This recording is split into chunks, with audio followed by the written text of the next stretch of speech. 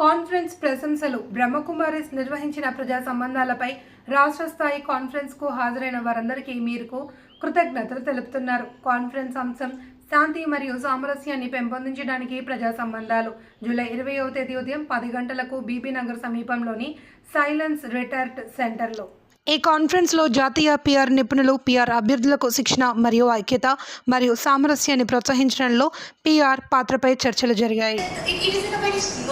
snowball effect in a very positive way that as PR professionals we can do. Today in this digital age, everything we talk about AI, we talk about technology, we are losing the personal touch. PR is also about that personal touch which each of us, each PR professional can hold it tight as our DNA. Work from home, we are losing contact with each other, personal connect with each other.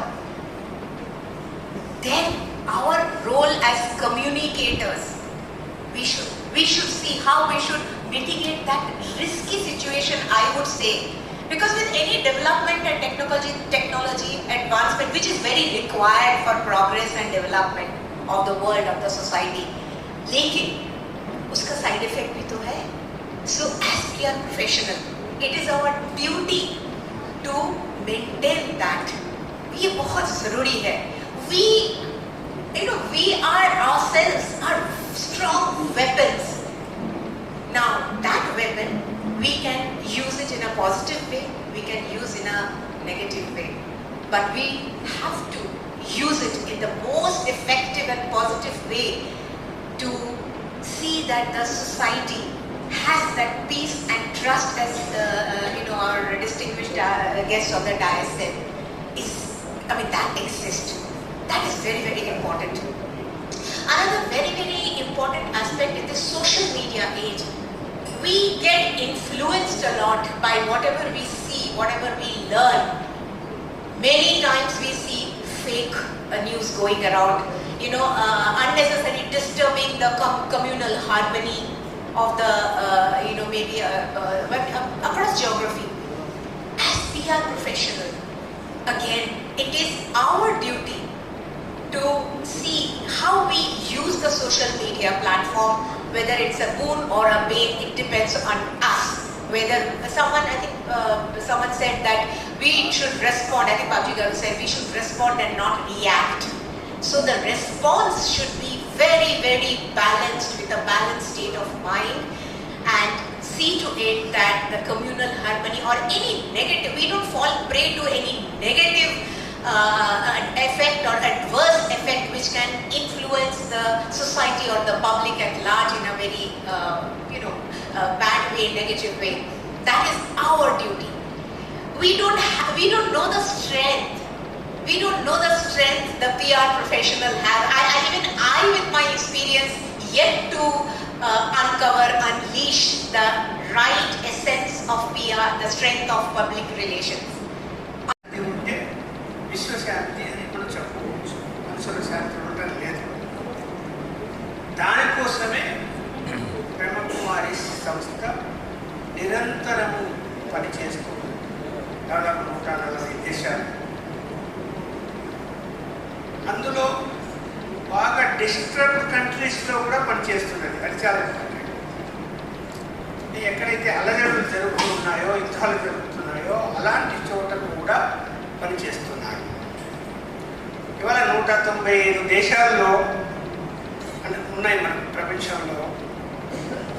45 దేశాల్లో నిత్యము ఘర్షణలు జరుగుతున్నాయి, యుద్ధాలు జరుగుతున్నాయి కొన్ని దేశాలు.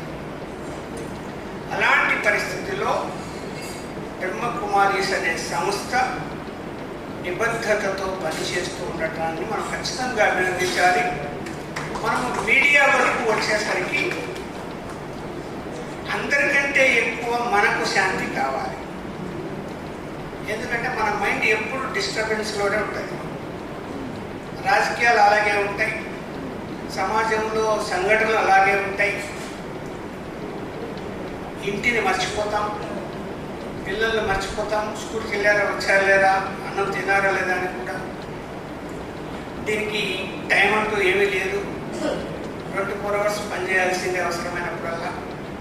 ఇలాంటి పరిస్థితుల్లో ట్రస్ట్ అనేది ఉంది. చూడండి మీరు, ఒక హైదరాబాద్లోనే ప్రతి వారం 2 జర్నలిస్టులు చనిపోతున్నారు. ప్రతి వారం 2 జర్నలిస్టులు చనిపోతున్నారు హైదరాబాద్ చుట్టుపక్కల ప్రాంతాల్లో.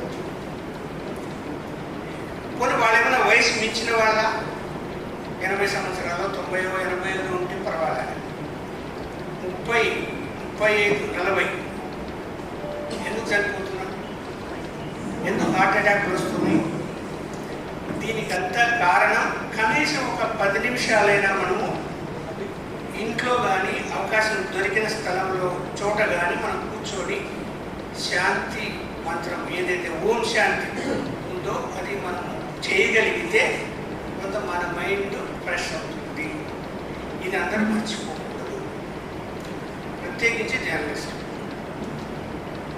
ఈ పబ్లిక్ రిలేషన్ సొసైటీ కూడా ఇలాంటి కార్యక్రమాలను తీసుకొని, నాకు తెలుసు పబ్లిక్ సొసైటీ ఆఫ్ ఇండియా దేశవ్యాప్తంగా కూడా అనేక రాష్ట్రాల నుండి, మన తెలంగాణలో ఆంధ్రప్రదేశ్లో కూడా ఉంది. చాలామంది మిత్రులు అందులో, మన మిత్రులు జర్నలిస్ట్ మిత్రులు కూడా ఉన్నారు. అలాగే INPR డిపార్ట్మెంట్ నుంచి రిటైర్ అయిన వాళ్ళు ఉన్నారు. వీళ్ళు కూడా ఇవాళ విశ్వశాంతి కోసం పని చేయాలి అని ముందుకు రావడం కూడా అభినందించినటువంటి అంశం. సో ఈ విషయంలో మీడియా పీపుల్గా మనము మన బాధ్యత ఎరిగి మనం కూడా విశ్వశాంతిని కోరుకోవాలి. అందరూ విమర్శించారు, పాకిస్తాన్తో యుద్ధం ఎందుకు ఆపేశాడు మోడీ గారు అని. ఇవాళ అర్థమవుతుంది ఎందుకు ఆపేశారు. ఒకవేళ అదే కంటిన్యూ అయితే మనం ఇంత ప్రశాంతంగా ఇక్కడ మాట్లాడుకుంటుండే వాళ్ళమా? మనకు కూడా టెన్షన్ ఉండేది, ఎప్పుడేం జరుగుతుందో ఏమైపోతుందో. సో ఏది కారణాలు ఏవైనా